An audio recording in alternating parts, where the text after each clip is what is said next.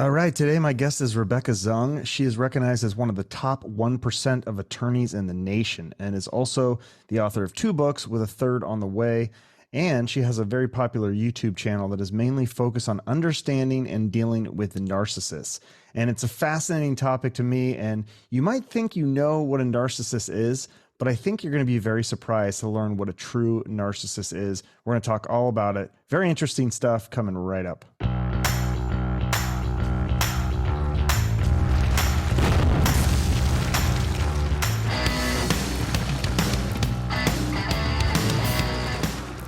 Please welcome Rebecca Zung to my show. How are you doing today? I'm doing great. So nice to meet you. Yeah, nice to meet you too. I'm really enjoying your content and your books, your YouTube channel.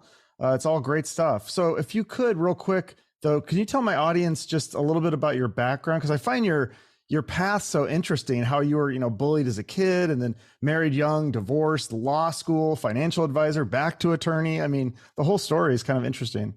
Yeah. Oh, yeah. So I got married at 19 the first time, and I had three kids by the time I was 22. And then, so as a single mom, divorced, and I was a teacher actually for a little while.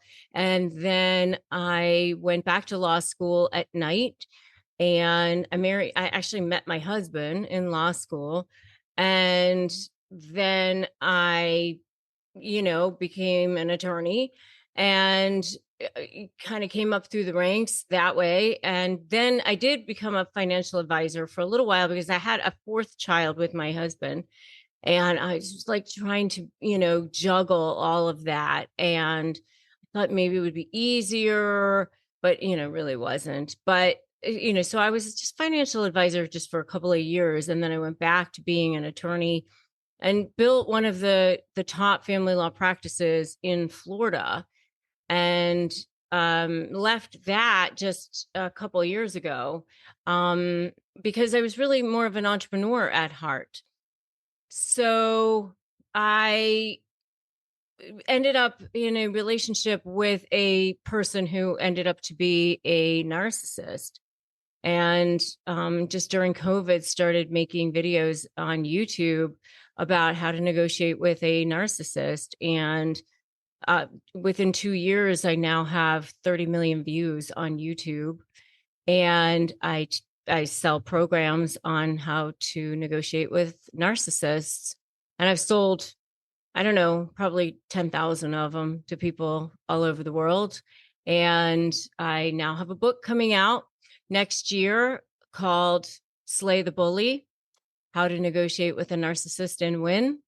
And my life has exploded. My whole life is very, very different in 2 years. Wow, that's So crazy. But I yeah. think what's interesting too about it, just your work ethic seems so amazing to me, because I think you said in one of your books that at one point when you were going through law school, you were working until 10 p.m. and then studying until 2 a.m., then waking up at 6 a.m. Did I hear that right? So you only got 4 hours of sleep a night? Yeah. Well, I was still in my 20s, so I definitely couldn't do that now. Still though. Yeah, so crazy. I had three little kids, and it was just a crazy time in my life. That's for sure. I always joke that I'm half Chinese and half German, so that means I have no fun genes whatsoever. Like, uh, which is definitely true. My dad was from China, my mom's German, so I think that's why. Um, I don't know. I don't know. But that is, and I was bullied as a kid for being Chinese. So and that, when I was going through this relationship with a covert narcissist, with this business partner, it brought back all of those trauma, all of the feelings of being bullied, all of that trauma, and that I thought that I had put aside, because I thought I was whole. I thought I was complete. I had a very fulfilling life. I had one of the top law practices, tons of friends, like, great. Everything was good in my life. But then when I went through these um, I had really two narcissists in my life. One was in a family Mm. situation, and then one in this business partner situation that caused me so much trauma that literally I was back into therapy and uh, really anxiety. It caused me a tremendous amount of anxiety that, paranoia, all kinds of feelings that I thought I had long put to rest. And so I really understood what people are dealing with when they're dealing with narcissists. And that's why I'm on such a mission with Mhm. this. And that's why I have such a deep sense of feeling like I have a calling about this mission. Yeah, no, I mean, like you said, millions of views on YouTube. How did you learn all these terms and what a narcissist is? Like, how did you learn about it? Because you're a lawyer, you don't have a degree in psychology or anything like that. But where did you just read books or YouTube videos or? Dozens and dozens. I mean, and that's one of the things that I feel so passionately about because I practiced law for 17 years, 18 years before I started learning all of this, and nearly 20 years, and was at the top of my game. I mean, I had been presenting as a keynote for the American Bar Association. I had been recognized by US News as one of the best lawyers in America for like 7 years in a row. I mean, lots and lots of really amazing accolades. And I did not know what a narcissist was. I can tell you that I thought a narcissist was only a male. I thought a narcissist was a person who was a bragging, boastful person who was going around telling everybody how great they were, kind of a misogynistic person who would go into restaurants, demand the best tables. But, that was my understanding of what a narcissist was. I was a lawyer, and so a lot of people have deep misconceptions. And it wasn't until I went through this situation with a covert narcissist that somebody had actually said to me, a psychologist friend said, "Oh, she's a covert narcissist." And I was like, what is that? So it caused me to read dozens and dozens of books and talk to psychologists and talk to psychiatrists and really spend many, many hours learning about this. And it was only then that I thought, oh, I can actually apply this to what I already know about Mhm. negotiation. And at the time, I was still practicing law, which I'm not actively anymore. I'm still a partner at a firm, but I don't have time to practice anymore. But I I thought, oh, I can apply this to my cases, and I actually started to see movement in the narcissist that I was dealing with in my cases. Like it was like I had Huh. discovered penicillin. Seriously. Yeah. And So I thought, okay, this is working. This is working. And I thought I have to share this with the world. Like this is something I must share with the world. exactly. So you were saying, you didn't know what a narcissist was. And it's interesting because I got a master's in psychology and I took classes and we learned about personality disorders, but I don't think I really knew what it was either. So can you explain to our audience how you define a narcissist and how it's different than someone who's just confident or somebody who takes a lot of selfies? Because that's typically not always a narcissist. Oh, that is definitely not a narcissist. I mean, and that's something that I want people to know, because you have to be confident in yourself. I mean, that obviously you want to be confident in yourself and you want to feel whole and you want to feel complete. That's something that we all need to strive for, right? There's a healthy sense there. What a narcissist is, and I like to define it in terms of that people can actually understand and in layperson terms, and it is a spectrum, by the way. But what a narcissist is you have to picture a person who feels totally empty inside. Now, I say feels because all human beings inherently have value, but this is a person who feels totally and completely empty inside. This is a person who feels like they need air, oxygen, like they're totally starving, like there's a black hole inside of them. So they have to get all of their value from external sources all the time. And this black hole inside of them cannot be filled ever.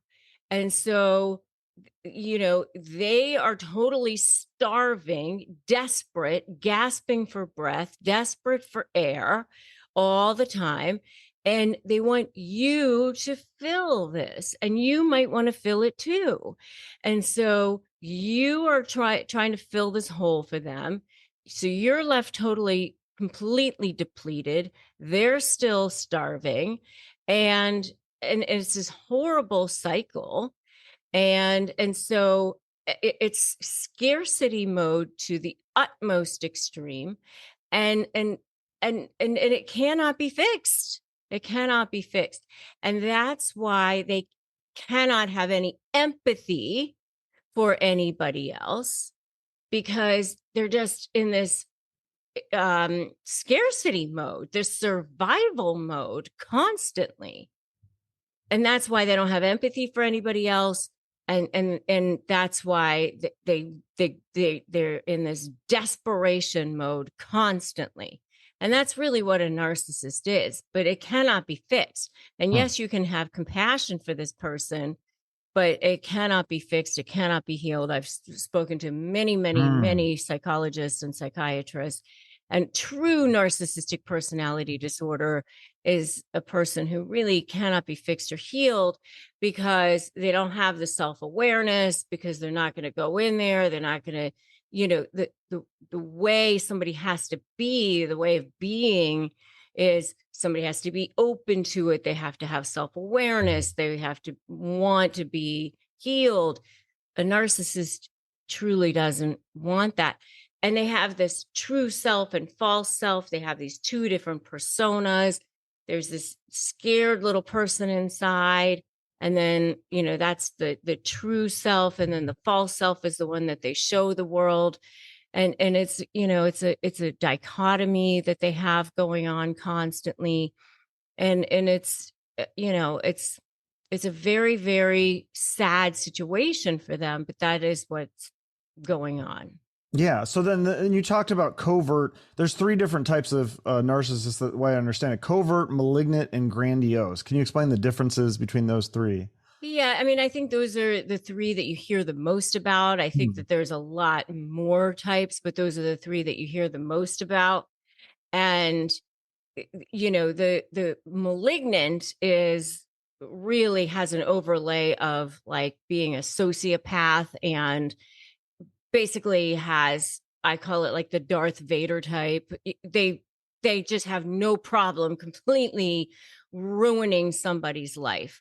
And when I was practicing divorce law, this was the type that had absolutely no problem filing something to accuse a person of being a child molester, even if they never touched a child, trying to ruin somebody's life, saying that they were a wife beater or a whatever, you know, they would lose their job, ruin their reputation.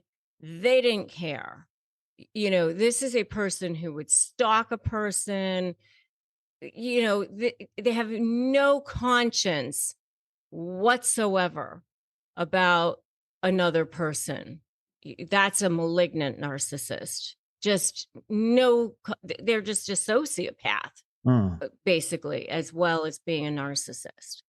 So that's a malignant narcissist. A covert narcissist, well, I'll say a grandiose narcissist is what I call a garden variety narcissist. That's the one that you think of Mm-hmm. as being kind of the big mouth. That's the one that I thought of as a narcissist. Right. That's the one that is the goes around telling everybody how great they are. The one that you think of when you think of a narcissist, right? Hmm. Yeah, the braggadocious person. Like a lot Correct. of celebrities are kind of like that, and Right. I'm wonderful. I'm great. Look at all the things that I've done. But you got to remember that all narcissists think of also they don't have empathy. They don't have empathy. So it's not just that they tell people how great they are, it's also that they don't have empathy. And by the way, it's okay to share your wins. It's Mhm, okay to mhm. share your wins. And it's okay to say, I've accomplished these things if you've accomplished good things, right? Yeah, I mean, there's of nothing course. wrong with that. There's nothing wrong with that. I mean, But I think the difference is, isn't it, that they will often put down other people and say that they're better than them. And also, I take it a step further. Would you say with the empathy, not only do they not have empathy, but they almost like kind of get off on like hurting people. Like it gives them like a, 100%. But yeah. that's a whole different thing. And I can get to that in a second. The covert narcissist is actually the stealthiest. I think they're the smartest of all the narcissists in a lot of ways. The stealthiest, the most dangerous type in a lot of ways. Because this is the type of narcissist that looks kind on the surface, that looks normal on the surface, that everybody thinks they're wonderful. Everybody else thinks that they're amazing. They look like they're humanitarians many times. They look like they are good people. They could be sometimes they could be clergy. They could be lawyers, doctors, they could be, all kinds of good people. But underneath the surface, they are 100% narcissist.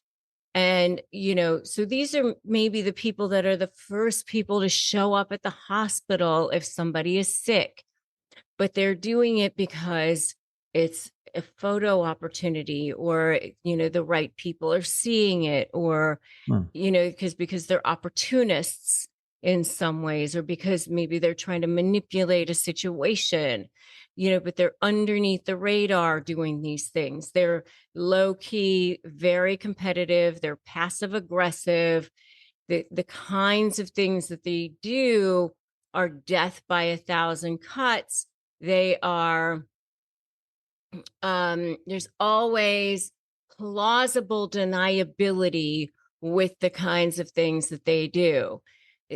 Oh, I didn't mean to do that. Oh, I'm sorry. Like they forget to do certain things on purpose.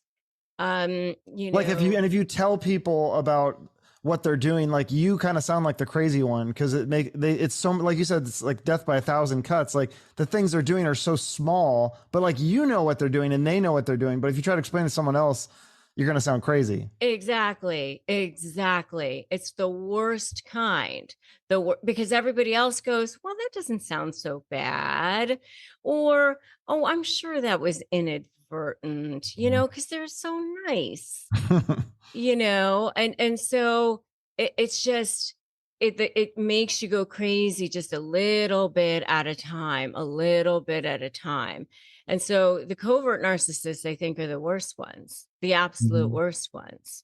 Yeah. And so then what is the like the phases that they go through? So it starts out with what they call love bombing, and then it's devaluation, then discarding, and then hoovering. Can you explain those things to my audience? Yes, yeah. So you start off with, and this is it, whether it's a business relationship or a um or romantic relationship. It doesn't really matter the type of relationship. It's all the same. So they start off by making you feel like you are the most amazing, incredible human being they've ever met. And by the way, they're chameleons. They read you. I always say it's sort of like Malcolm Gladwell's Outliers. How Malcolm Gladwell said that, it took 10,000 hours to achieve mastery to read I mean to do anything. So narcissists have been reading people since they were children, right? Hmm. So they are masters at reading people. They achieved 10,000 hours like years and years ago, right? So they Mm-hmm. are so good at reading people because it's a survival skill for them. Hmm. So they know immediately how to become exactly the perfect person for you. They are incredibly charming, incredibly charismatic, incredibly amazing. So as soon as they show up in your world, you think, wow, where has this person been all of my life? And you're so intoxicated by them. You're so, it's like this head trip of amazing, wow. And so the stars have aligned and they make you feel like you are the most incredible human being they have ever met on the planet ever. They sweep you off your feet. And so it's this rocket ship of amazing situation. Well, and again, this is business or personal. And so you're swept up into this situation, and they want to get you into the next level as soon as possible, as soon as possible. So right away they're talking about, let's move in together, let's meet your family, let's, if you've got kids, we want to meet your kids. Let's get married. Let's, if it's a business relationship, let's sign contracts. Let's be partners.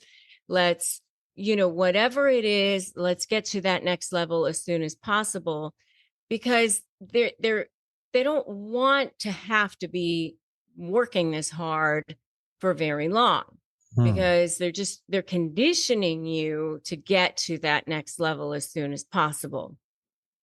And then as soon as they get to that next level, then it changes almost immediately.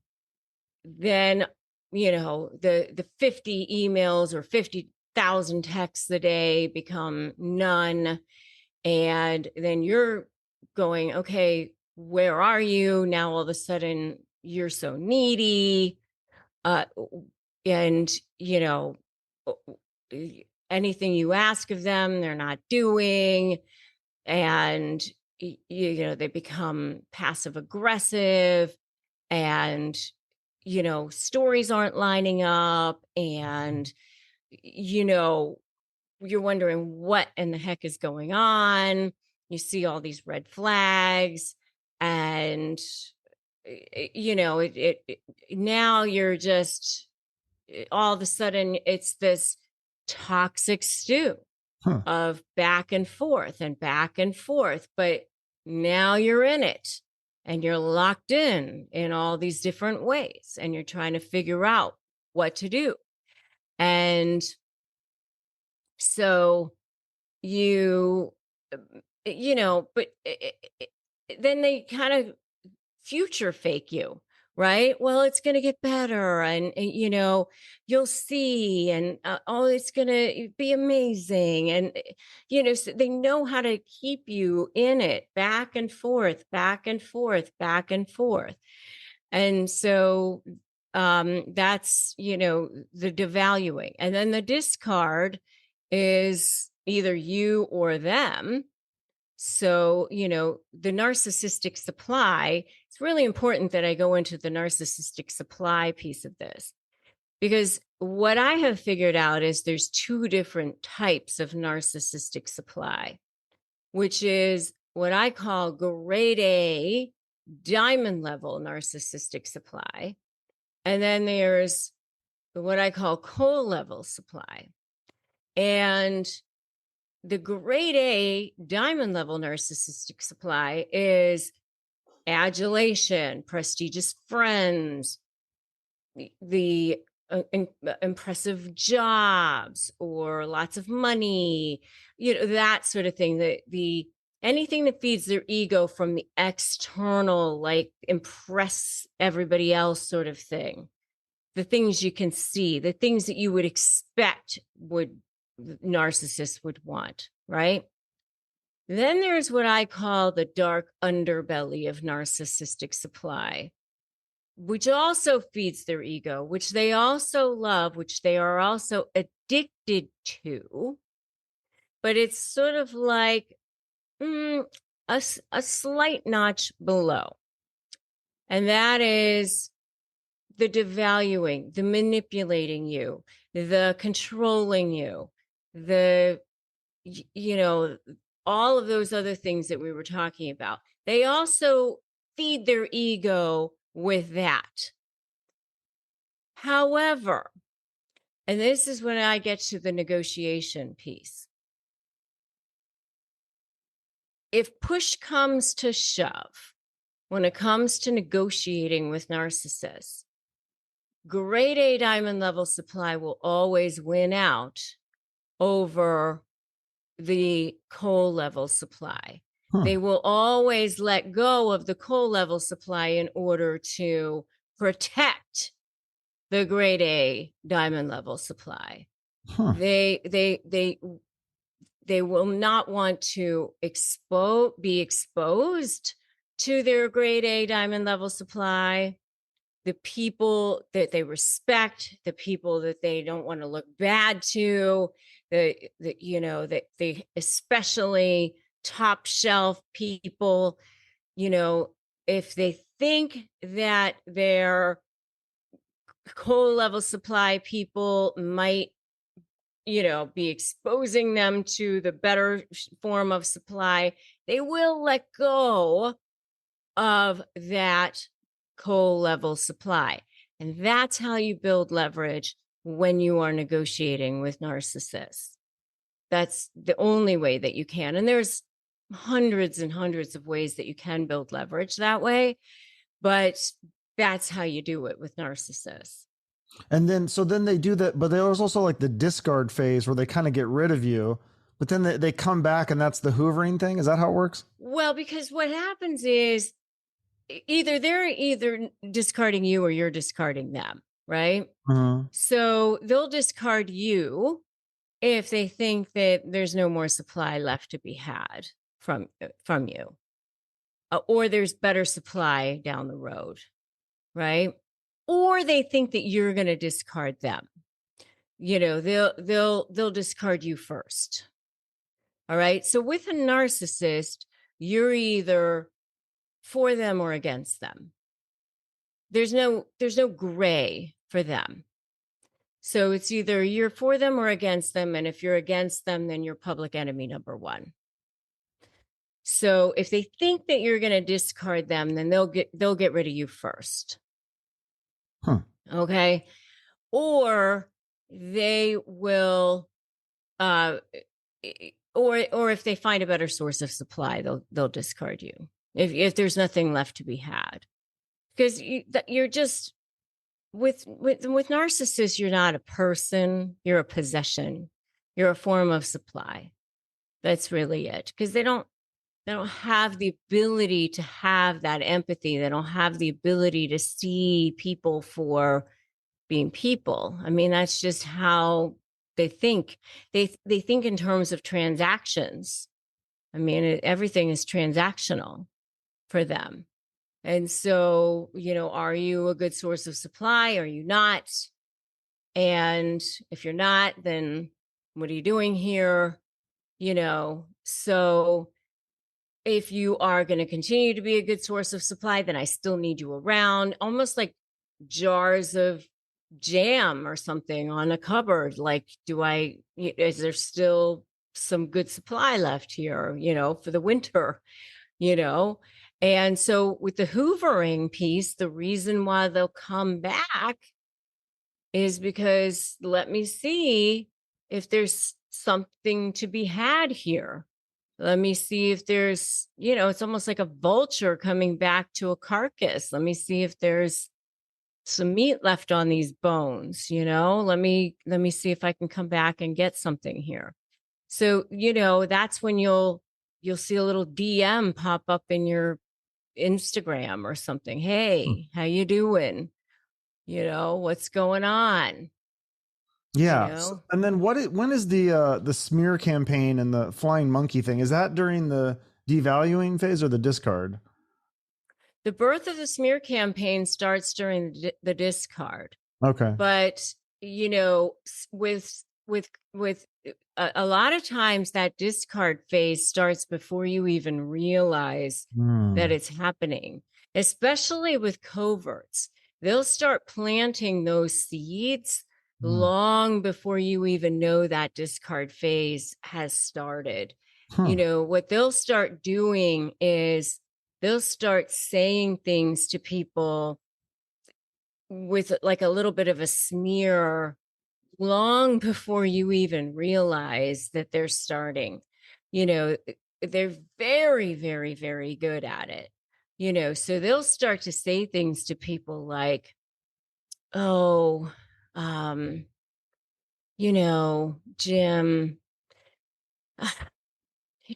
he had a little too much to drink last night. I'm so concerned. I'm so concerned about him. I'm just worried. That's all. I just want to make sure that he's okay. That's all. I just want to make sure he's okay, because I just worry about him. And then, 6 months later, it's, well, Jim's an alcoholic. I've been worried about, I've been worried about him for so long. And, Jim shouldn't be around the kids, I've been saying this for months, and then it's like, then you get the neighbors to testify against Jim because, well, she's been saying this for so long because, and, Jim may be fine with alcohol. Jim may have a glass of wine every 2 weeks, but, she's been saying this for months, so she plants it in everybody's head that Jim's an alcoholic, right? But that's what they do. Yeah. So, and they put it in terms of just care. I just care. Yeah. Especially what you were saying, like the covert, they're more sneaky about that kind of stuff. Right. I just care about him. Yeah. So I know you got to get going here, but real quick, and then you have a lot more sources on your website and or your YouTube channel has tons of videos, but just real quick, what are some things that people can do? Like there's a couple techniques. I know the gray rock is where you kind of slowly distance yourself. And then the no contact is where you just completely cut contact, right? Yeah. Yeah. So I briefly did mention my SLAY methodology, but strategy, leverage, anticipate, and focus on you, which is what I was kind of referencing a little bit, but that is my SLAY methodology.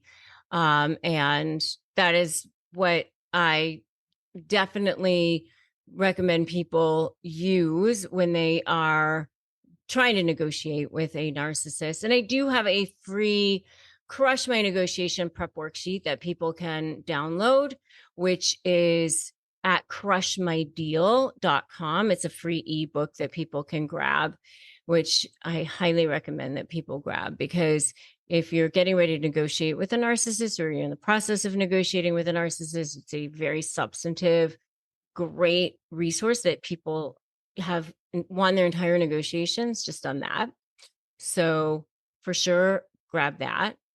And my YouTube channel has, I upload brand new videos there every single day. So yeah, it's like you've almost answered every question that I could have about a narcissist. I mean, it's fun to just go down the rabbit hole and just watch all these videos. It's really fascinating because I think it's kind of there's a lot of people that are narcissists in our society, right?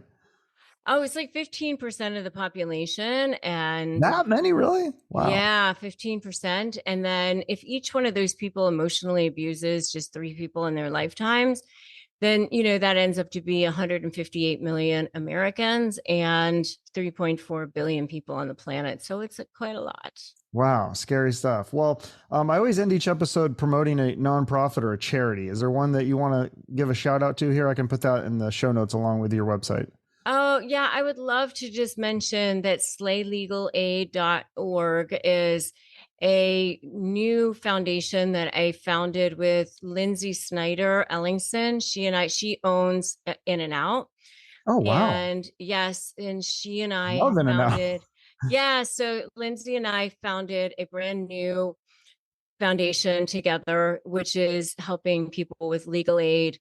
And, Oh, whether it's, legal aid for, divorce or for human trafficking or veterans or all different sorts of anybody who is in need of legal aid. And we're also looking for donations as well. But Lindsay and I founded that recently, and we're super proud of that. So that's amazing. slaylegalaid.org. Yes. That's great because, yeah, I think I've done like over 300 episodes of this and I've promoted tons of charities. I don't think I have any that provide free legal aid. So that's great. And then people can donate that and also check out all the YouTube stuff is free. So then they could donate to your charity. That would help out, I think, and be a good deal for them. So thank you so much for doing this, Rebecca. Anything else you want to promote? Oh, well, just my Instagram, which is at Rebecca Zung. Yes, thank you. And my TikTok is the same. So. Okay, cool. Thank you for having me. This was super fun, and it's really nice to meet you. So. Yes, nice to meet you too. Thank you so much. Have a good rest of your day. Yeah, all right. Thank you. Well, again, it's fascinating stuff from Rebecca Zung. I wish we had more time. Hopefully we can have her back on the show soon, maybe when her new book comes out. My thanks again to her and her team for setting this up. Check out her website in the show notes. It has all the links to her social media and YouTube channel, which has a ton of information and answers to all your questions about narcissists. If you want to support her or the show, your likes, comments, and shares always help. And of course, make sure you subscribe to both our channels if you haven't already. Thanks for listening. Have a great day and shoot for the moon.